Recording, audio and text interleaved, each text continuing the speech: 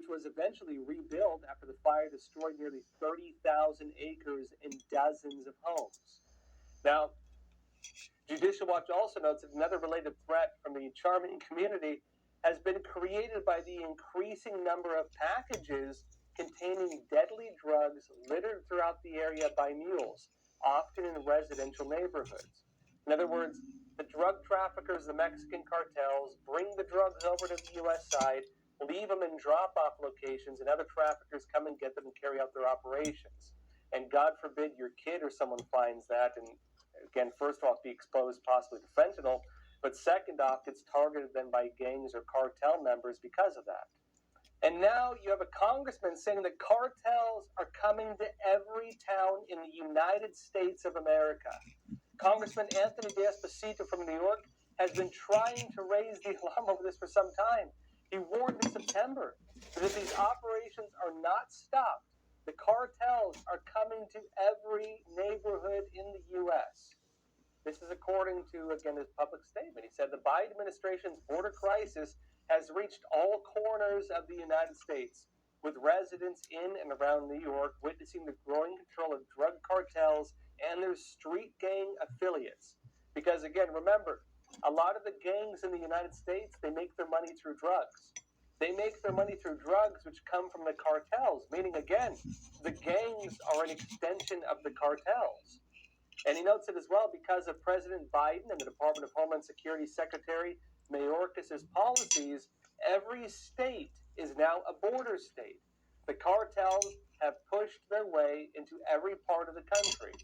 You know, so back in May, Mexican drug cartels smuggled $5 million worth of fentanyl, including 300,000 fentanyl pills, into the Bronx before being caught by Drug Enforcement Administration, the DEA. Probably a lot more than that, but that's just the little bit they got caught. It notes as well, the current DEA administration has said that the Sinaloa and Jalisco cartels, two different cartels, use multi-city distribution networks and violent local street gangs to flood American communities with fentanyl and methamphetamine, drive addiction, fuel violence, and kill Americans. And remember, fentanyl is, I think, one of the top, if not the top, leading cause of death for people below, I think, 45 years old. It notes as well that because of the failed policies of the Biden administration, cartels murdering Americans en masse, more Americans killed every year than died in the entire war of Vietnam because of their drugs. He's saying they can smuggle into the United States those who want to avoid apprehension by U.S. Border Patrol, like, for example, the guy we caught on tape who looked like some Middle Eastern terrorist being escorted personally by the cartels. Notes as well, since President Biden took office, the Border Patrol has reported over 1.5 million gotaways who successfully evaded apprehension. Remember, if you have an open border and you can just walk over and hand yourself into Border Patrol, right? So doors wide open. All you do is stroll across the river, wait for them to pick you up.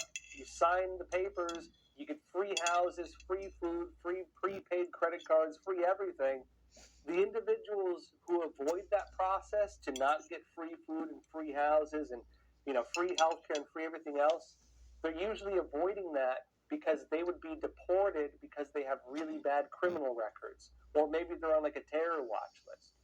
The individuals who avoid that, they're called gotaways. And again, there's an estimate at the time, at least 1.5 million gotaways, people who had to avoid all that free handout because, again, they would have been deported because of their criminal rap sheets.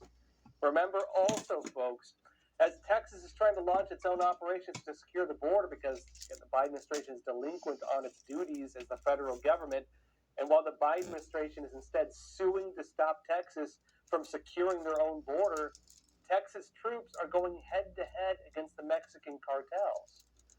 Now, look, there's a big legal battle happening right now over Operation Lone Star in Texas. The focus right now is on Texas trying to take control of the situation, trying to enforce border laws. The Biden administration is doing everything it can to try to stop Texas from enforcing border laws and deporting people. But there's another Destroying piece to the Operation country. Lone Star that's often overlooked. It's not just about Texas trying to push back against illegal immigration. It's also Texas trying to push back the Mexican cartels. This is a statement from August from the office of the Texas governor. It says here, Governor Greg Abbott, the Texas Department of Public Safety, and the Texas National Guard are continuing to work together to secure the border, stop the smuggling of drugs, weapons, and people into Texas, and prevent, detect, and interdict transnational criminal activity between ports of entry.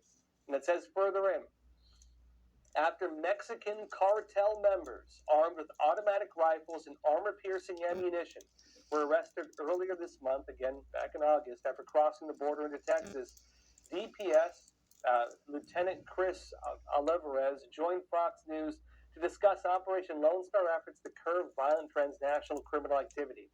And notes as well that after crossing into the United States, armed cartel members, Mexican cartels, heavily armed, it says, typically scout an area for law enforcement presence to smuggle illicit drugs. High-profile illegal immigrants, read, why are they avoiding that process to get free handouts? Again, the high-profile ones are either high-ranking gang members or terrorists. And also it says cartel members or suspected terrorists. It notes as well, quote, the Mexican drug cartels pose a significant threat to public safety and national security, according to Lieutenant Alvarez. Notes as well, Mexican drug cartels have operational control over the border. They control the flow of human smuggling and drug smuggling into the United States. They've been able to enrich themselves by profiting off the human and drug smuggling. They are a paramilitary group. Again, is well armed, probably better trained and better equipped in some regards than like Al-Qaeda or even ISIS. Now look, while all of this is taking place, I should note as well, the cartels have deep roots in the Mexican government. Many Mexican officials, heads of police, government officials are like hand in hand with the cartels. While all this is taking place, the Mexican cartels are also threatening U.S. law enforcement officers. They're threatening border agents. They're even threatening the families of these agents and police officers right here in the United States.